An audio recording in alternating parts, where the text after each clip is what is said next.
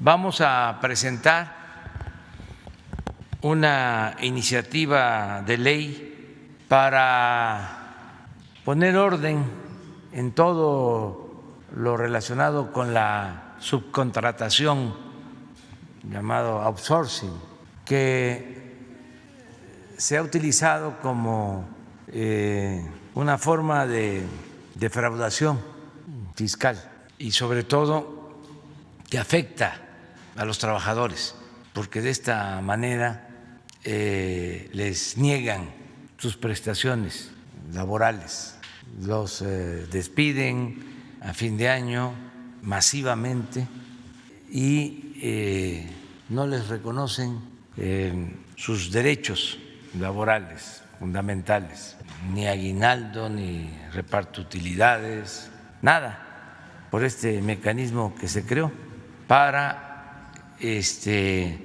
facilitar a las empresas los trámites de contratación de servicio, pero se deformó, se echó a perder.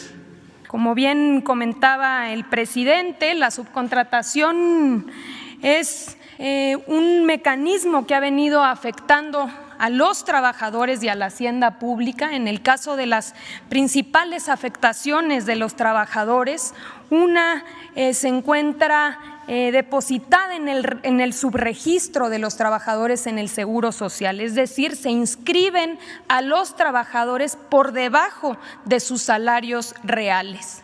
Esto tiene una afectación en sus pensiones.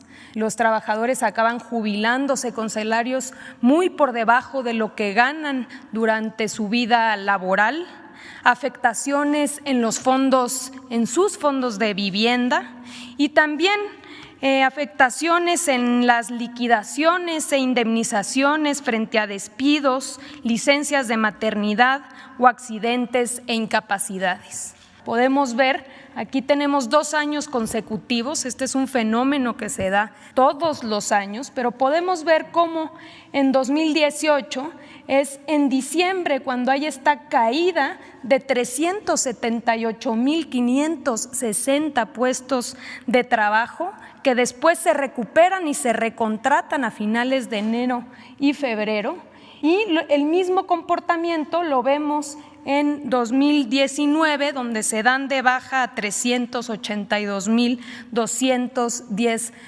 trabajadores y posteriormente se vuelven a contratar. Y también hay una afectación a las empresas que sí cumplen, porque hay una competencia desleal al abaratar artificialmente el costo de la mano de obra, tanto por el lado del pago a los trabajadores como por la evasión de los impuestos y las cuotas de seguridad social. Adelante.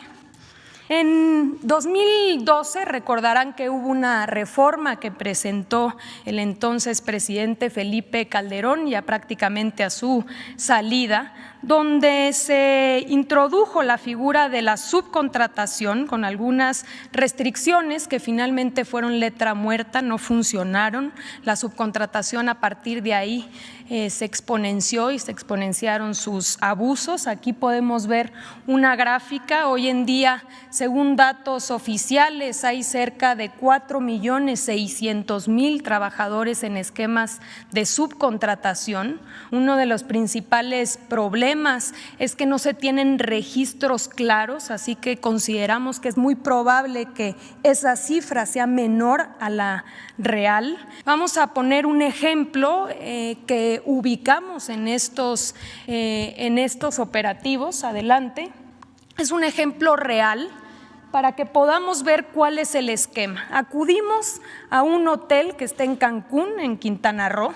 Ahí encontramos 802 trabajadores. De ellos, únicamente 2 eran o estaban reconocidos como trabajadores del hotel. Operaban 14 empresas subcontratistas pagadoras, en las cuales se distribuían el resto, los 800 trabajadores restantes. De esos 800 trabajadores, ubicamos que 40 trabajadores no estaban registrados en el Seguro Social, trabajaban en la informalidad. 762 trabajadores estaban registrados con falsos salarios mínimos.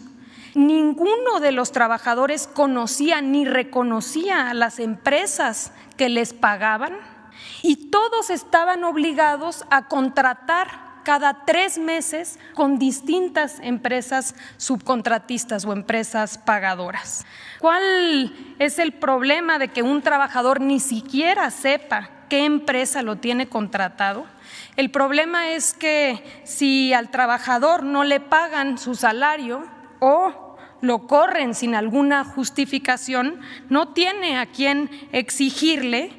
Y en una posible demanda incluso resulta que la empresa o no tiene patrimonio o la empresa ya no existe, porque son empresas fantasmas que se crean y desaparecen precisamente para evadir responsabilidades. Este esquema es el que vemos multiplicado en diferentes sectores alrededor del país.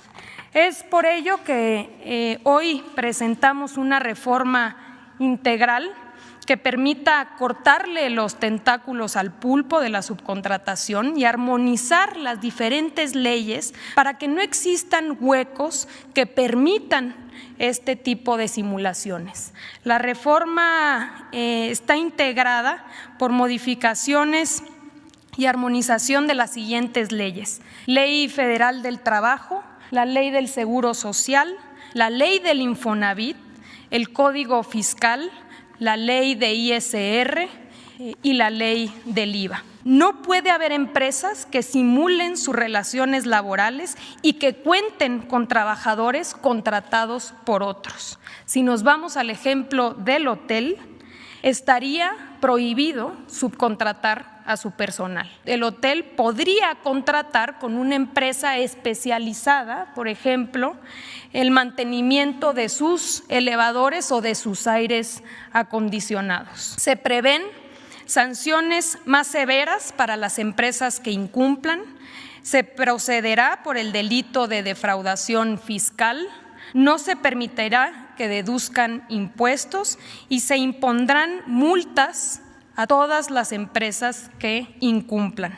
Estamos seguros que los legisladores van a analizar a profundidad esta propuesta y, en su caso, podrá aprobarse y ojalá y sea lo más pronto posible. Yo creo que es la Cámara de Diputados, la Cámara de Diputados. Sí, donde inicia el proceso. Ojalá y se pueda hacer pronto para evitar estos abusos. ¿Nos podrían explicar la importancia o la investigación sobre el financiamiento de estas organizaciones? Porque lamentablemente también antier se hizo público a través del Twitter de Álvaro Delgado que, según Mexicanos contra la Corrupción y la Impunidad, ellos estarían beneficiando con su trabajo a 9.999.999.999.900 personas. No sabemos si esto es algún tipo de error de data o si es lo que ellos reportaron. Entonces, quizás aprovechar por ahí esta explicación sobre la investigación del financiamiento de este tipo de organizaciones. El esquema de donatarias está regulado en materia en Código Fiscal, porque hay algunas donatarias que requiere autorización del SAT para que puedan hacer sus gastos deducibles y sus ingresos. Entonces, esa es la clave del asunto. Tienen muchas obligaciones de ley. Ya por ley tienen que ser transparentes. Desafortunadamente, desde que se inventó la figura, se ha abusado muchísimo de ella y casi nadie reporta. Nosotros hemos detectado comidas en lugares turísticos carísimas para 2 o 3 personas, etcétera. Hay un abuso impresionante y todo esto lo deducen y lo meten como gasto acreditable. Otra cosa que ha estado sucediendo, por ejemplo, es que mucho lo manejan en efectivo. Entonces, manejan mucho flujo en efectivo y usan esquemas muy parecidos a las factureras y a las empresas de lavado de dinero. También, si uno revisa los gastos de las donatarias, muchos de las empresas a las que contratan para dar servicios aparentemente para una buena labor son empresas factureras. Tienen muchísimas empresas factureras. La Secretaría de Educación Pública, preguntarle si usted o la SEP tiene conocimiento sobre la escuela Humani Tree, que es propiedad de Salinas Pliego. Es al parecer la única escuela que está operando de forma presencial. Son más de 100 alumnos los que estarían yendo a esta escuela. Ya hay una investigación, pero no quiero exponer nada sin fundamentos. Creo que Esteban puede explicar sobre esta situación. Y preguntarle a usted cuándo podría venir Octavio Romero de Pemex y que esté presente la Secretaria del Trabajo para informar cuáles son los avances que tienen con el tema de los sindicatos. Nos dicen que todavía no hay definiciones certeras para las renovaciones y las, sobre todo sus elecciones. Para la próxima semana que esté el director de Pemex, la secretaria de Energía, también el director de la Comisión Federal de Electricidad, para aprovechar que se informe cómo están estas empresas públicas. El bono COVID como un sobresueldo para los trabajadores que han estado en áreas COVID es para 14 categorías específicas. Son las 14 categorías que la Organización Panamericana de la Salud considera como de salud. Efectivamente son médicos, médicas, enfermeras, enfermeros, pero también hay otras categorías, camilleros, técnicos de cocina, porque en esos hospitales hay cocinas para la alimentación del propio personal, asistentes médicas, las TAOTS, las técnicas de orientación y atención al derechohabiente, y son exclusivamente esas. Hemos encontrado algunos casos dentro de los cerca de 285,000 trabajadores que han recibido el bono o los bonos que se han pagado quincenalmente, que algún directivo, algún jefe de servicios intentó atribuírselo y se sancionó de inmediato. Pero desde luego la denuncia la verificamos y se hace a través justo de un cruce que se hace con el sindicato y con la parte de personal. Presidente, hace unos días fue asesinado Israel Vázquez, un periodista de Guanajuato, justamente en el momento en el que estaba haciendo la cobertura y dando cuenta de los actos violentos que se están generando en ese estado. Eso derivó la opinión de la alcaldesa de Salamanca, la morenista Beatriz Hernández, que inculpó al periodista por haber estado haciendo la cobertura en un lugar peligroso y pues un horario quizá no adecuado. ¿Tiene usted información respecto a las investigaciones que se están haciendo sobre el caso y cuál sería su opinión precisamente de estos comentarios de la alcaldesa respecto al asesinato? Pues muy lamentable, ¿no? Los asesinatos de periodistas y de luchadores sociales, de autoridades. Ahora en Veracruz asesinaron a la presidenta municipal de Jamapa.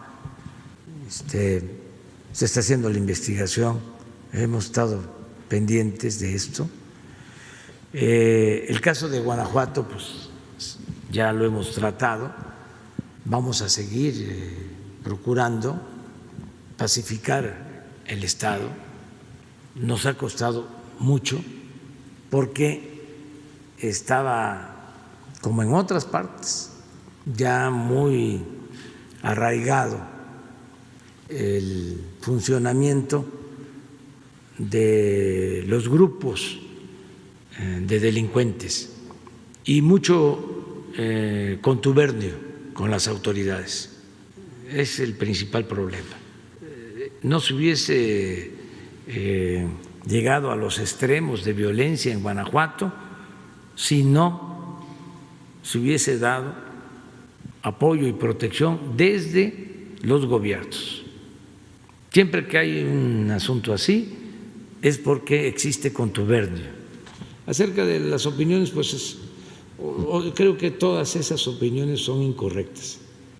Echarle la culpa a la gente, no, a nadie. O sea,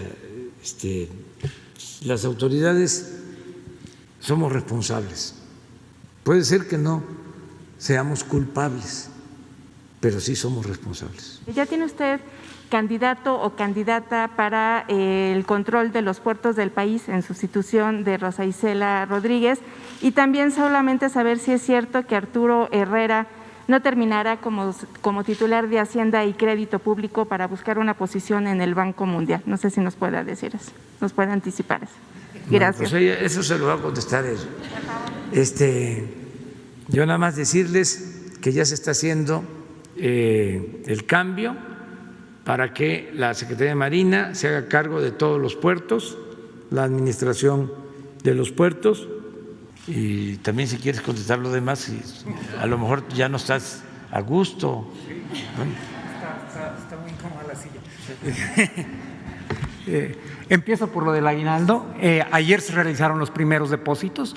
Tradicionalmente el aguinaldo, el salario de los funcionarios públicos de cualquier nivel está dividido en dos partes, el salario base y la parte de compensación. El aguinaldo se pagaba en dos partes, pero también dividido por una parte de base y una parte de compensación, de tal forma que entre ahora y finales de año se hacían 4 transferencias. Justo el día de ayer se realizaron para la mayor parte de los trabajadores las transferencias. Era el compromiso que habíamos hecho la semana pasada, que para el periodo del Buen Fin los trabajadores iban a recibir la primera parte de su aguinaldo. Me parece que vamos en tiempo y forma con lo que nos habíamos comprometido. Con relación a lo que pareció ayer, entiendo que algún columnista me mandó buenos deseos, pero no es mi cumpleaños. La verdad es que la nota ni la leí porque me la mandaron por WhatsApp y en los primeros 2 párrafos tenía ya un error, entonces ya no lo leí. Decía que me iba a ir al directorio ejecutivo del Banco Mundial. La posición en el directorio ejecutivo por los próximos años ni siquiera es de México, es de España. Así es que cuando ya traía información tan mala en la primera línea, pues ya no lo leí. Más allá de eso, yo creo que para un economista con vocación en el sector público difícilmente puede haber un mayor privilegio y una más alta responsabilidad que estar en la Secretaría de Hacienda.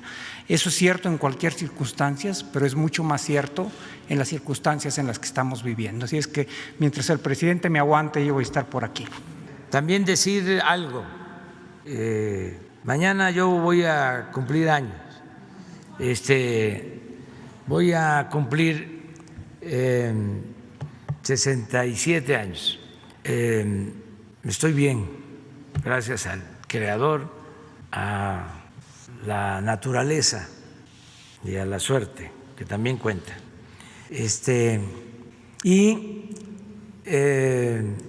Quiero aprovechar para mandar un abrazo a todos.